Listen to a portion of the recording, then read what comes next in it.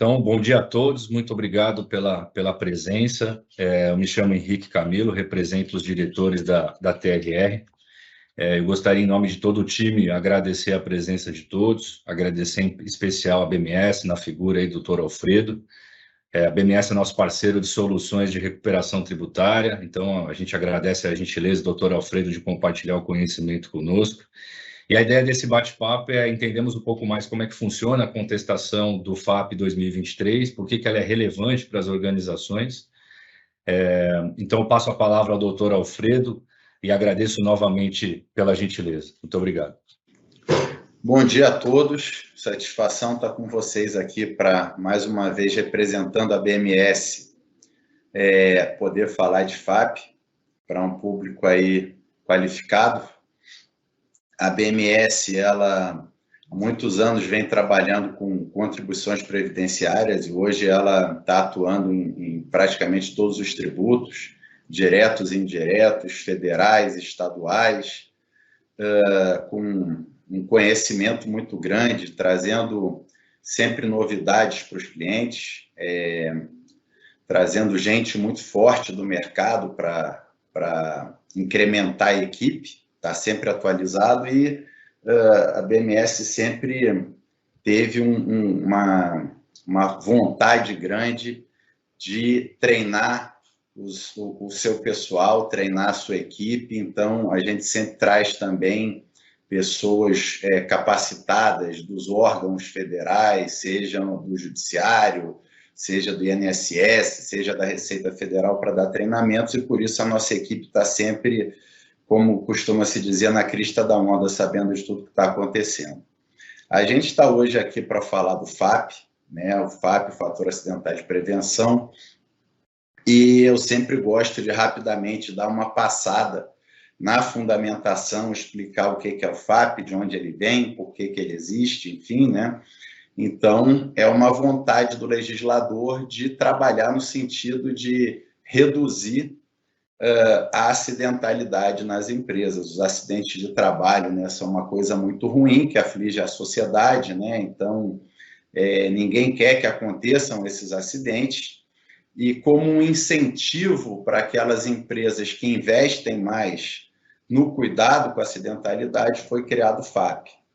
Ele foi criado pela Lei 10.666, depois regulamentado pelos decretos 6042 e 6957. Tá? A lei é de 2003, esses decretos são de 2007 e 2009.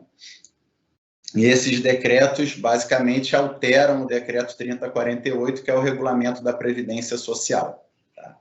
Então, o que o FAP ele vem fazer? Ele altera a alíquota base do seguro-acidente-trabalho, que hoje também é conhecido como GILRAT. Tá? Então, seguro-acidente-trabalho está lá previsto na Constituição Federal, e o artigo 12 da Lei 812, ele diz que esse tributo vai ser apurado como grau, conforme o grau de risco das atividades, né? O GILRAT, e as alíquotas de 1%, 2% ou 3% para o grau de risco leve, médio ou grave. Então, o FAP, esse índice que vai variar de 0,5 até 2, ele pode fazer essas alíquotas caírem pela metade ou duplicar as alíquotas no caso de uma acidentalidade muito alta. Então, veja, se você tem aí uma folha, por exemplo, de 1 milhão por mês e o seu seguro-acidente-trabalho ele é 3%, você pagaria 30 mil por mês, né, de fator acidental de prevenção, né?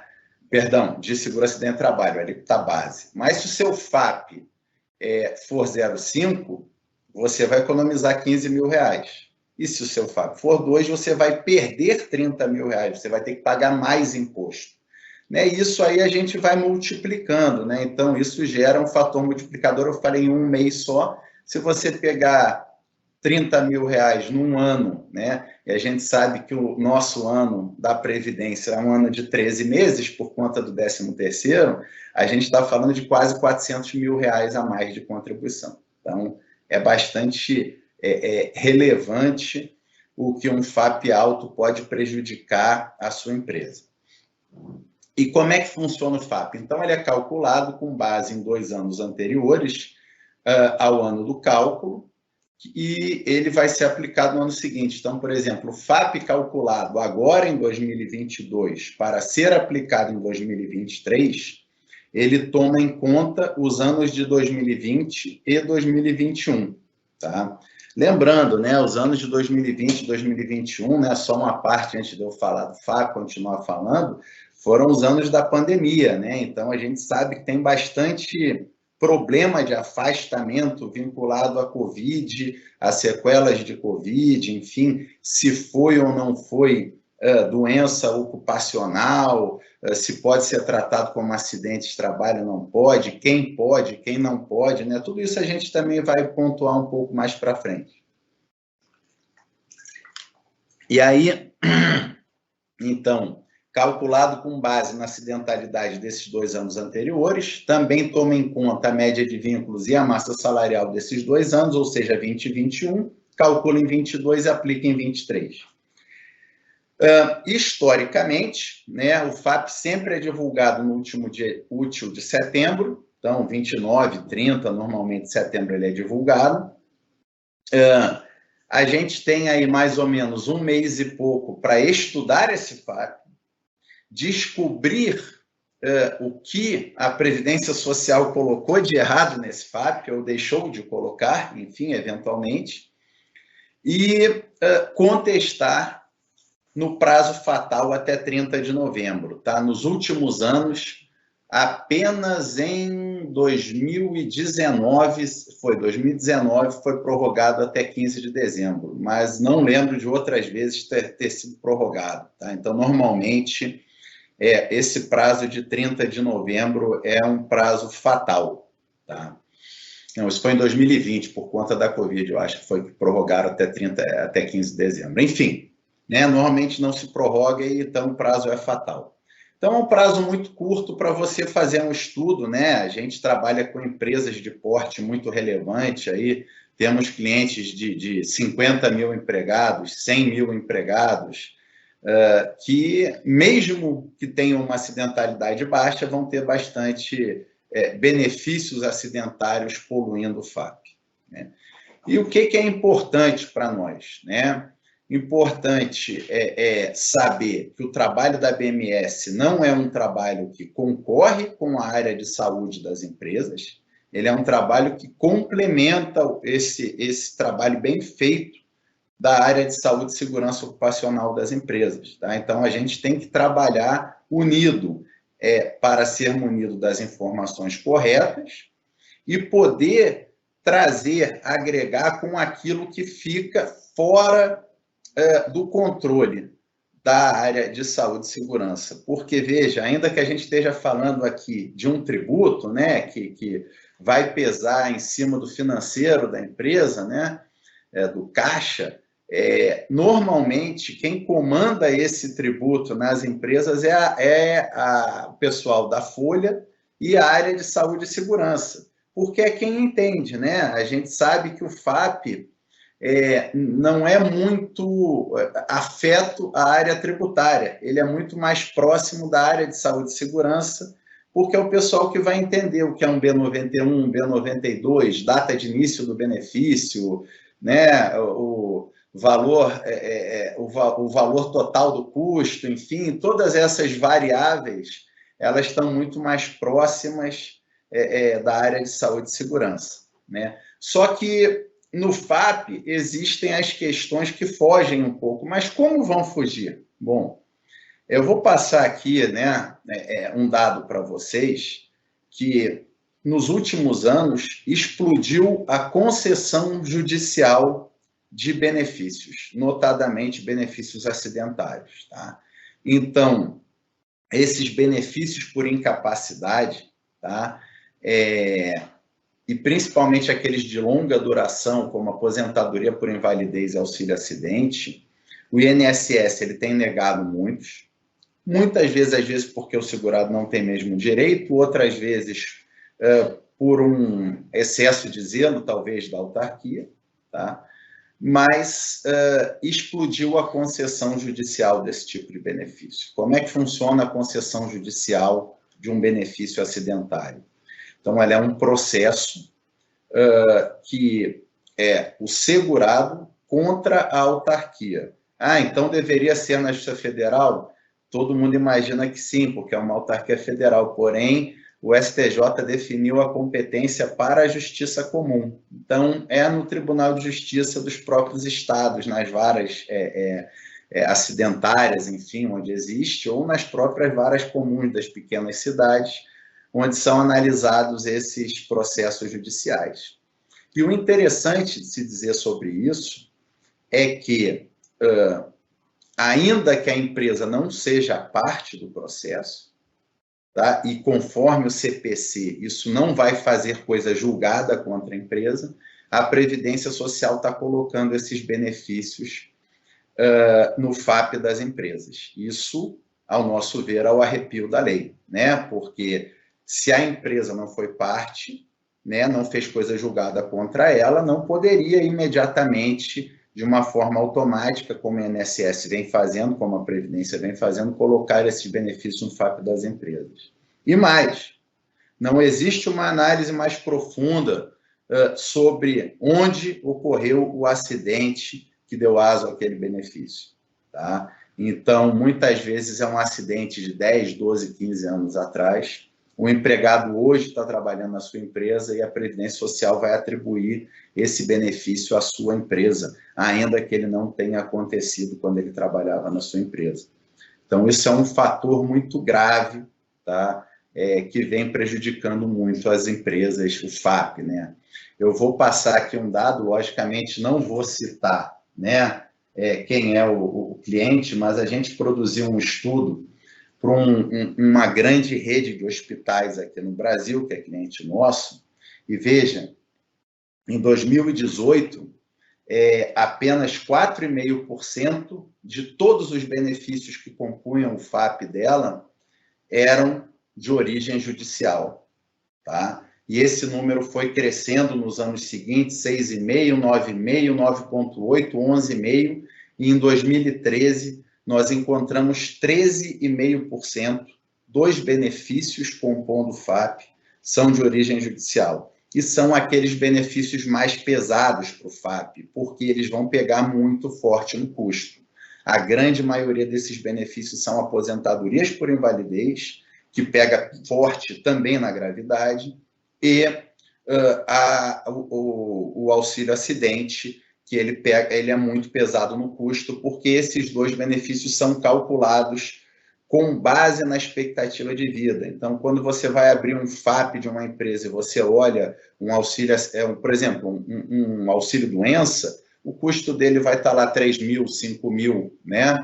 Um auxílio acidente vai estar 400 mil, 500 mil, 800 mil. Então, ele pega muito pesado no custo, né? Um benefício desse. E distorce muito. E um benefício onde a empresa não teve chance de se defender, né? Então, isso é um ponto de controle importante.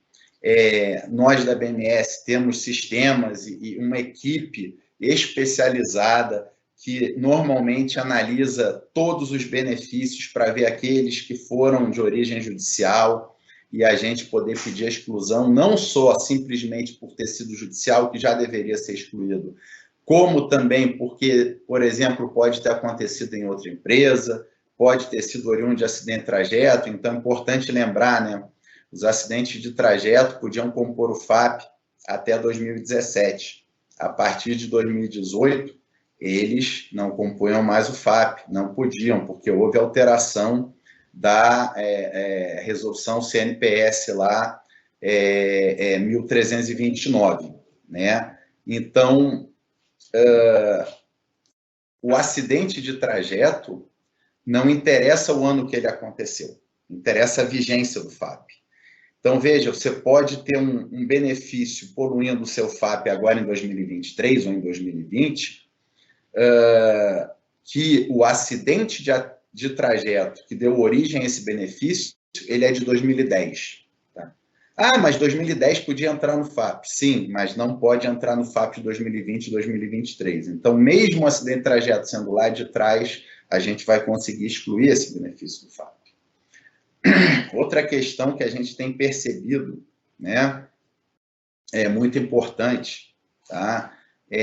Erros, e aí é interessante, né, isso também voltando um pouco aqui para a área tributária, né, todo mundo já deve ter falado aí em questão de enquadramento correto da atividade preponderante, qual é o KNAI que atrai alíquota de 2%, que atrai alíquota de 1%, de 3%, enfim, acontece que o KNAI tem um impacto forte no cálculo do FAP também. Porque aquele KNAI preponderante que você declarou no seu e-social, visando, logicamente, né, você vai estar declarando aquele KNAI correto que corresponde à atividade preponderante, maior número de empregados, trabalhadores avulsos, muito bem. Porém, isso vai te dizer com quais empresas você vai ser comparado, porque o FAP, ele é uma fila, tá? Então, vamos lá. Quem trabalha no dia a dia com FAP já ouviu uma palavrinha bem estranha chamada Norden. Norden é uma aglutinação da terminologia número de ordem.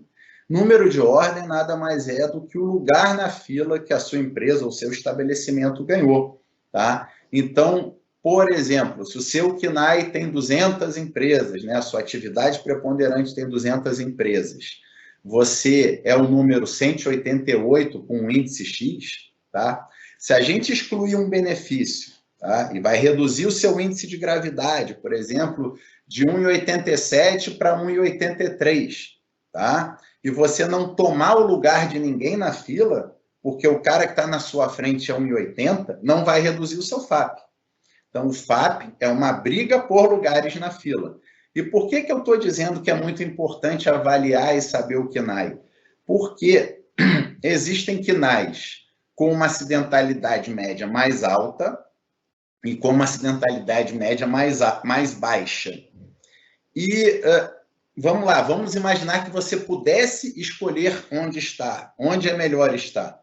É melhor estar naquele KNAI que tem acidentalidade média mais alta, porque proporcionalmente os seus acidentes vão ser menores do que naquele outro KNAI, né? Então, o trabalho do FAP é um trabalho em cima de estatística, tá? Então, a gente vem fazendo esse tipo de trabalho, esse tipo de análise.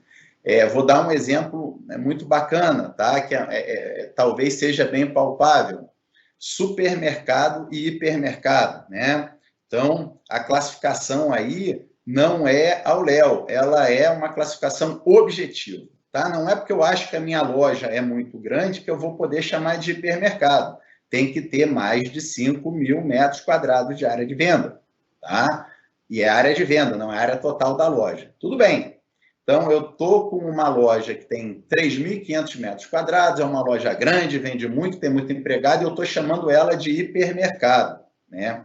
Mas ela é um supermercado. E a acidentalidade média dos supermercados é um pouco mais alta que a dos hipermercados.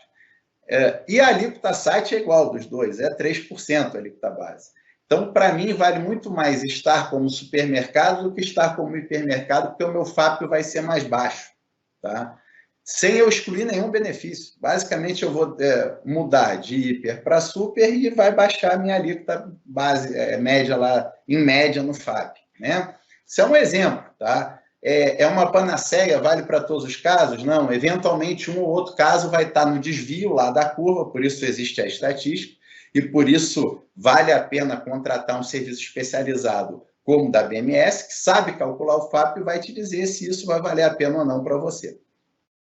Tá? Outra questão são as constantes alterações de layout do e-social. Espera aí, mas o que o layout do e-social está afetando o meu FAP? Por que afetaria o meu FAP? Bom, a gente pode dizer, porque a gente costuma contestar o FAP para algumas centenas de empresas, tá? No ano passado, foram 332 analisadas e 198 contestadas, tá? Esse ano nós já estamos com 415 analisadas. Queremos chegar talvez o mais próximo possível de 1.000 aí. e contestar vai depender do que tiver materialidade, porque a gente só contesta quando tem uma materialidade boa para auxiliar nosso cliente, enfim, não levantar falsas esperanças, a gente contesta aquilo que é sério e que é importante, né? E tendo essa amostragem muito grande, a gente consegue perceber muitos casos. Então, esse caso do E-Social, por exemplo, em julho de 2021, houveram, naquela época, alterações importantes de layout do E-Social, tá?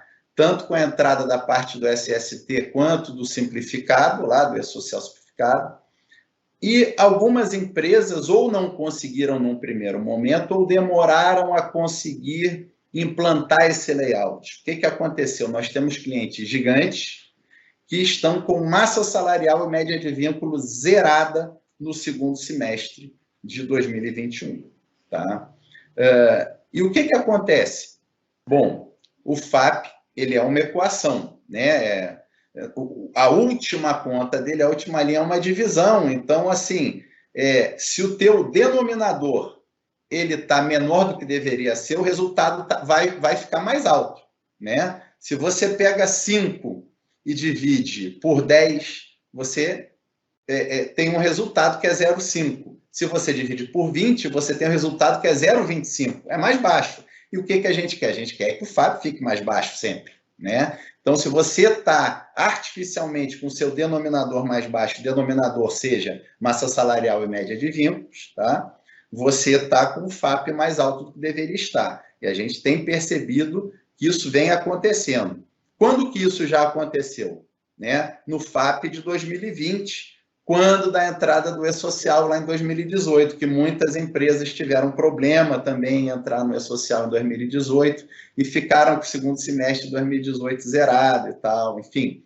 Então, a gente vem acompanhando o histórico. Isso é importante porque para você conseguir atender esse curto espaço de tempo e fazer as contestações no prazo, pegando tudo que tem que pegar, o máximo de coisa possível, você tem que ter essa experiência, você tem que saber onde vai olhar, né? Então, não adianta você, eu vou abrir o FAP da empresa e ver o que encontro. Não, a gente tem método, a gente tem uma forma de pesquisa, todos os benefícios da empresa vão ser testados no site do INSS, que tem a consulta lá, onde você pode consultar se o extrato de concessão, um pequeno extrato lá, que sai um PDF, e que, se ele já foi convertido de 91 para 31, ou seja, de acidentário para previdenciário, vai aparecer lá.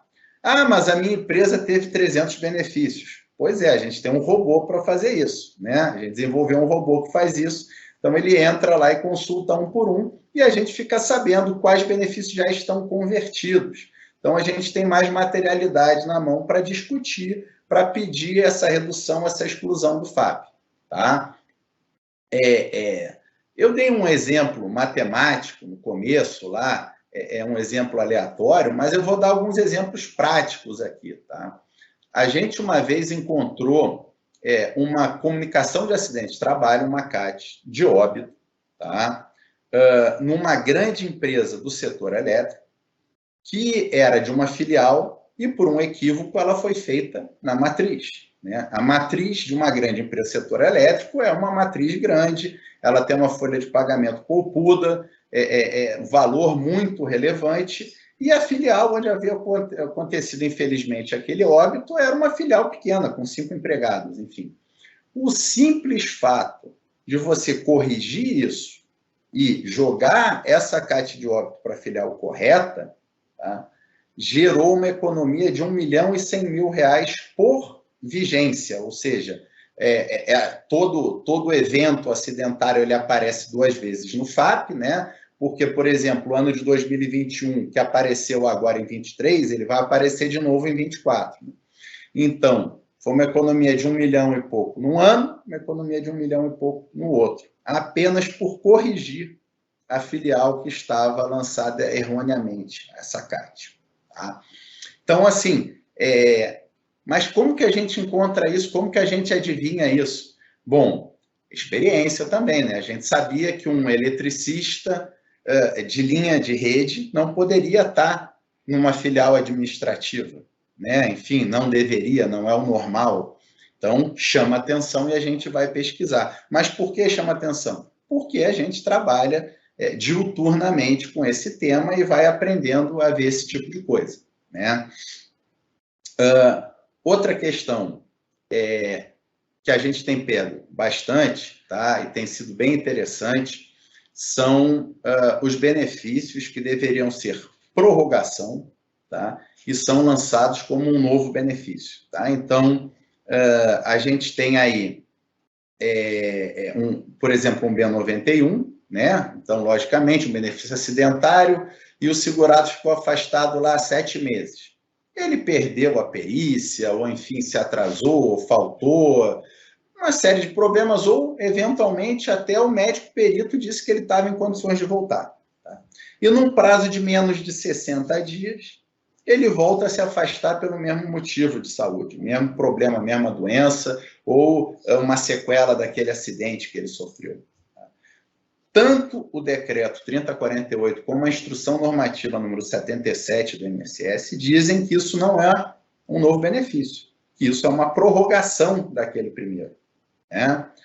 E nós encontramos até no FAP das empresas, e é muito comum, tá? Benefícios contíguos, ou seja, a pessoa compareceu, foi lá fazer a perícia no dia certo, o médico encerrou um benefício no dia 30 de julho, e no dia 31 de julho ele começou outro benefício, ou seja, o segurado nem voltou nem nada, e está lá 2 benefícios no FAP da empresa. Né?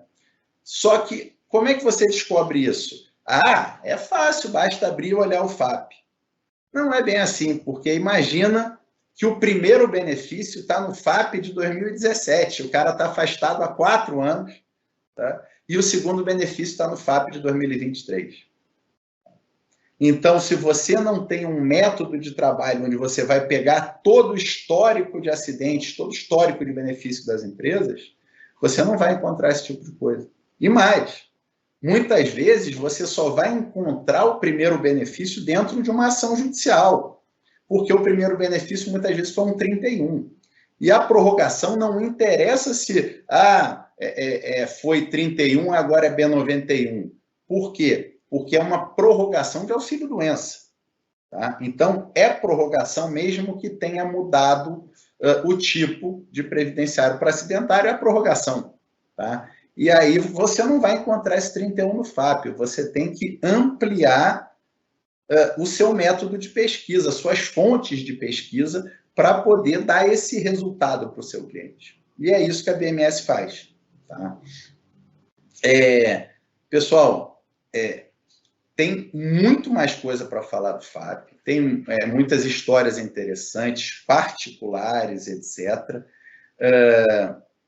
Essas contestações, quando nós fazemos, a gente dá todo o acompanhamento, então a gente paga publicação de acompanhamento do Diário Oficial da União, onde a gente sempre tem atualizado o resultado, porque ainda que nós marquemos o e-mail quando da transmissão da contestação, muitas vezes a Previdência não manda o e-mail com o resultado corretamente. Né?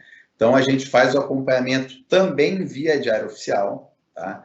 E esses julgamentos, tá? Eles demoram, tem demorado historicamente em torno de 5, 6 anos para acontecer. E aí a BMS, como oferece um trabalho completo de acompanhamento do FAP, que vai desde da plataforma de gestão de afastados, desse acompanhamento, que passa também por um auxílio ou, eventualmente, a contestação dos nexos feitos pelos médicos peritos do INSS, evoluindo isso para a contestação do FAP, a BMS também vai fazer a etapa seguinte, qual seja, ação judicial para exclusão do FAP daqueles insumos equivocados que não foram diretamente acatados pelo julgamento do CRPS. O julgamento do CRPS é muito restrito. Então, tem coisas que nós vamos conseguir ganhar administrativamente, tem coisas que não, mas que a gente está ganhando sempre na justiça. E é um ciclo, né? Então, é gestão de afastados, é contestação de NTEP, é acompanhamento do índice FAP, ação judicial, é você forçar o julgamento das contestações do FAP, enfim. Mas e aí está resolvido o meu problema? Não, porque no FAP do ano que vem a Previdência Social vai inserir mais uma série de benefícios equivocados, vai cometer novos erros que a gente não conhece, vai passar a conhecer, né? A gente pegou alguns absurdos, por exemplo, no FAP do ano passado, 2022, quer dizer, desse ano, eu falo ano passado, mas a gente está em 22, né? Que acidentes de trajeto que não estavam no FAP, acidentes de trajeto de 2019 apareceu em 21 e 22, tá? Eles não estavam no FAP de 21 e apareceram no de 22. Por quê? Porque em 21 a CAT estava corretamente vinculada. E eu não sei por que cargas d'água, porque motivo algum médico lá na hora de conceder uma prorrogação desvinculou a CAT. E ele foi. E são dezenas de casos desses, né? Então a gente não sabe qual é a surpresa que a Previdência Social vai aprontar para nós no próximo ano, tá? A gente está à disposição aí para responder, atender perguntas, enfim. O tema para nós é muito provocante, apaixonante e, enfim, obrigado pela atenção de todo mundo que pôde assistir aí essa apresentação sobre o FAP. Muito bom, doutor Alfredo. Obrigado pela gentileza. Tem peço a todos que tenham perguntas e respostas, que se não tiveram com o microfone aberto, podem incluir ali no campo perguntas e respostas no item bem acima, ao lado do botão sair. Eu vou compartilhar. Existiu uma pergunta aqui da Flávia, ela acabou de sair, mas a Flávia havia perguntado se uma empresa, Flávia Reis, uma empresa com menos de 1 ano de idade pode ter um FAP de 0,50. Foi uma pergunta que ela trouxe, e eu aproveito para estender a pergunta, dizendo assim, qual que é o problema que afeta, o maior problema, o principal problema que afeta o FAP das empresas hoje, se todas as empresas pagam FAP de fato? Está no mudo, doutor. Vamos lá. Eu estou tentando desbloquear. Não, já está desbloqueado agora. Estamos lhe ouvindo. Foi. Agora desbloqueou. Vamos lá. Então, primeira pergunta, não, tá? O FAP para as empresas novas, não só empresas novas, até filiais novas de empresas antigas, tá? Ele é calculado no primeiro ano subsequente àquele que a empresa fizer 2 anos. Então, falando assim rápido, fica meio confuso, tá? Mas você pega a data de abertura, soma 4 no ano e aí dá certo. Então, por exemplo, abriu em 2020, tá? Seja a empresa ou a filial, tá? Ela completou 2 anos em 2022, vai ser calculado no ano subsequente, ou seja, 2023, para aplicar em 2024. Então, a conta é essa, pegar o ano de abertura, soma 4 e você vai saber qual é o primeiro ano que a empresa vai ter FAP calculado. Até lá, ela paga o que se chama de FAP neutro, ou seja, FAP igual a 1,0000, tá? Então, não pode ter FAP 0,5 no primeiro ano. Perfeito. As outras perguntas, desculpe, você me relembra aí? Claro. Se todas as empresas pagam FAP e aquelas que pagam, qual que é o principal problema que de fato afeta o FAP? Tá. Nem todas as empresas pagam, tá? Quem não paga o FAP, na verdade, a gente paga o reflexo do FAP no SAT, né? Mas vamos lá. As empresas tidas como agroindústria, e aí não pensem no segmento agroindustrial como um todo, tá? Existe uma definição legal de agroindústria. A agroindústria é aquela que industrializa a produção própria, tá? Produção agrícola própria, excluindo-se aí suinocultura, carcinicultura, avicultura e bovinocultura. Então, por exemplo, os grandes abatedouros estão fora disso, etc., né? Mas e aí você pensa, a indústria de arroz, por exemplo. A prática da indústria de arroz é não industrializar a produção própria, comprar a produção de terceiros. Então, ela também paga o FAP, tá? Quem costumeiramente não paga é a indústria de cana, tá? Então, isso é muito comum na indústria de cana-de-açúcar seja álcool, seja, enfim, a produção de açúcar, ela não costuma. E existem outras atividades. E esse tipo de desoneração não se aplica também às cooperativas agroindustriais, tá? Que são uma potência econômica aí no Brasil e não se aplica às cooperativas ainda que atuem nessa atividade. Tá? Outros que não pagam o FAP, clube de futebol tem substituição também, paga sobre a receita, tá? E as empresas, na verdade não empresas, mas as entidades filantrópicas, que tem o SEBAS, né? Então, elas estão, na verdade, é uma imunidade constitucional aí para elas não pagarem as contribuições patronais, e o seguro-acidente de trabalho, ele é uma parte das contribuições patronais. As empresas optantes pelo Simples Nacional também elas têm uma substituição sobre a folha de pagamentos, ou seja, não pagam sobre a folha, pagam sobre a receita, então o FAP não se aplica às empresas do Simples Nacional. Acho que eu talvez tenha me lembrado de tudo aí que escapa do FAP, vamos dizer assim. Tá? E o principal problema que a gente tem visto, tá? Eu tenho dito ultimamente que são essas concessões de benefício na via judicial. Tá? A gente sabe que a falha da Previdência Social em vincular as CATs de trajeto, ela é uma falha grande, é um problema importante. A questão dos 60 dias que eu mencionei é um problema importante, mas nada se compara à bagunça que está acontecendo por conta dessa explosão na concessão judicial de benefícios. Tá? E aí a gente tem que ver, por exemplo, olha o que é muito comum, o segurado, a perícia do INSS mandou o segurado retornar ao trabalho, o segurado não tem condições de retornar ao trabalho, tá? Então ele procura um colega advogado que vai fazer uma ação para ele, para estender aquele benefício previdenciário. Tá? Ele está em casa sem receber salário, essa pessoa. Tá? E aí ele consegue, seja uma liminar, ou seja, depois uma sentença que determina a concessão desse benefício. E o que o INSS vai fazer? Ele vai gerar um novo número de benefícios. Foi isso que o juiz mandou fazer? Não. O juiz mandou estender aquele benefício que já tinha, que já existia. Tá? Então, esse novo benefício que vai parar no FAP da empresa, ele é um descumprimento de ordem judicial, porque o juiz não mandou conceder um novo benefício, ele mandou prorrogar o antigo.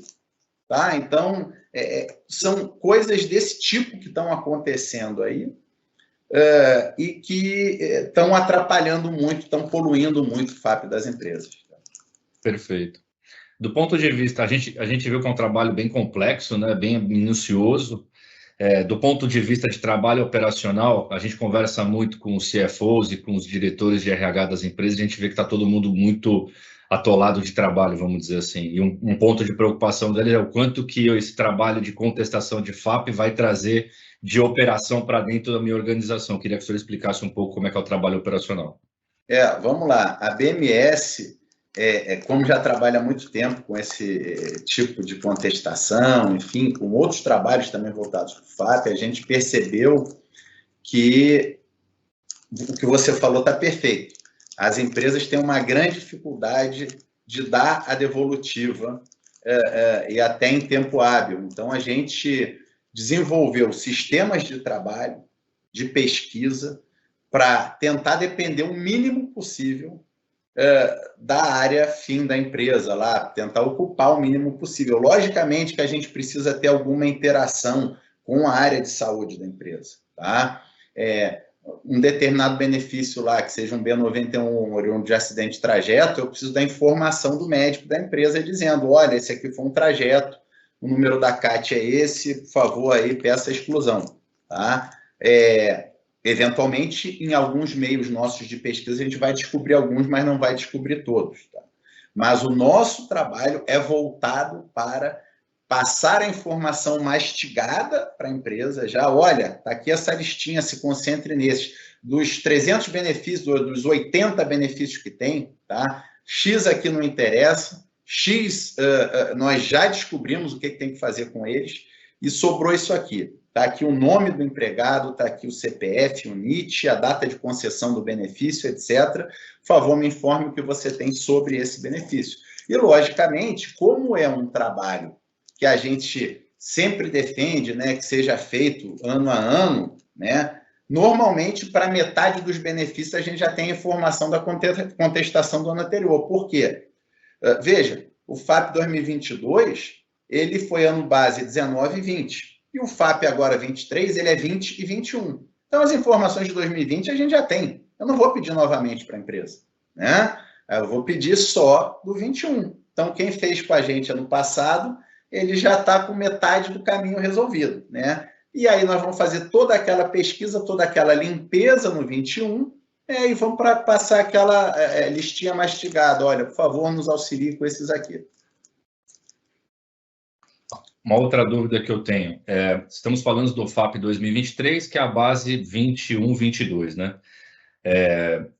Se eu tenho, por exemplo, eu não fiz esse trabalho de contestação no passado, eu consigo reaver ou olhar também os FAPs anteriores ou tentar recuperar alguma coisa que é de anos anteriores?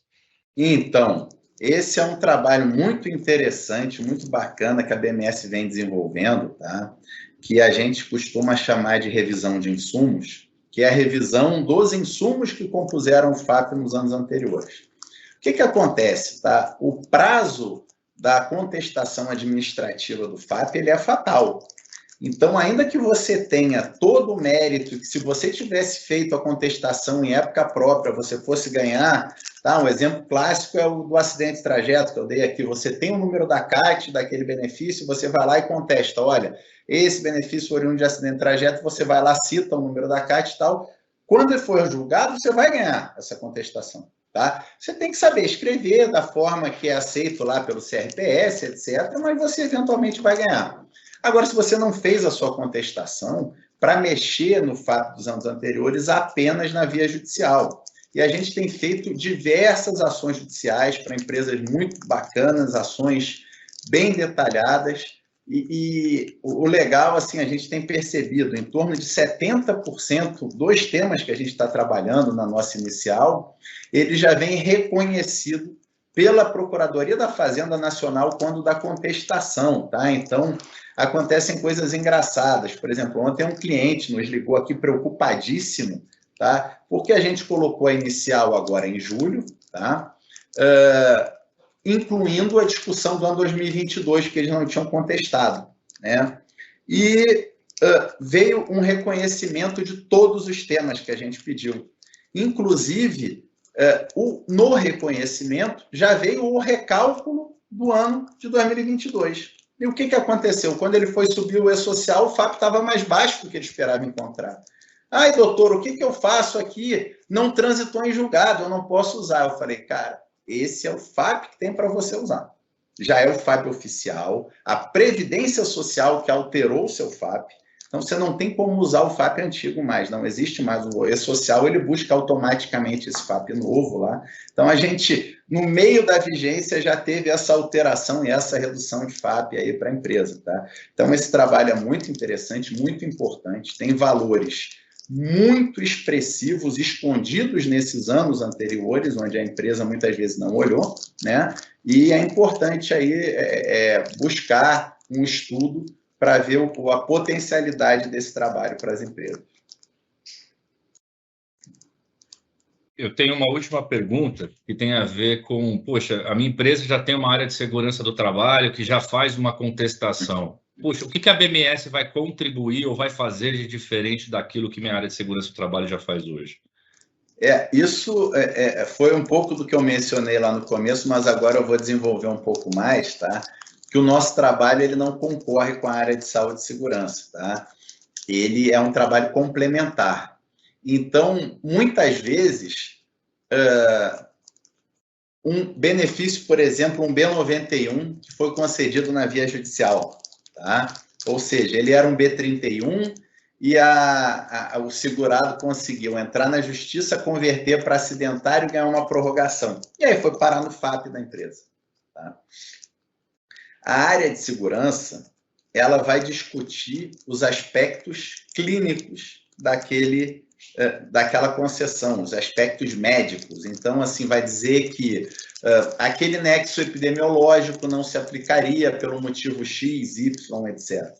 E isso você não vai ganhar nunca, porque foi um juiz que deu uma sentença mandando conceder esse benefício. Então, você não pode lutar contra a forma que foi concedido. Você não vai conseguir converter de volta em 31, porque é uma sentença judicial transitada em julgado. Tá? O que você tem que brigar? Tem que brigar para excluir do FAP.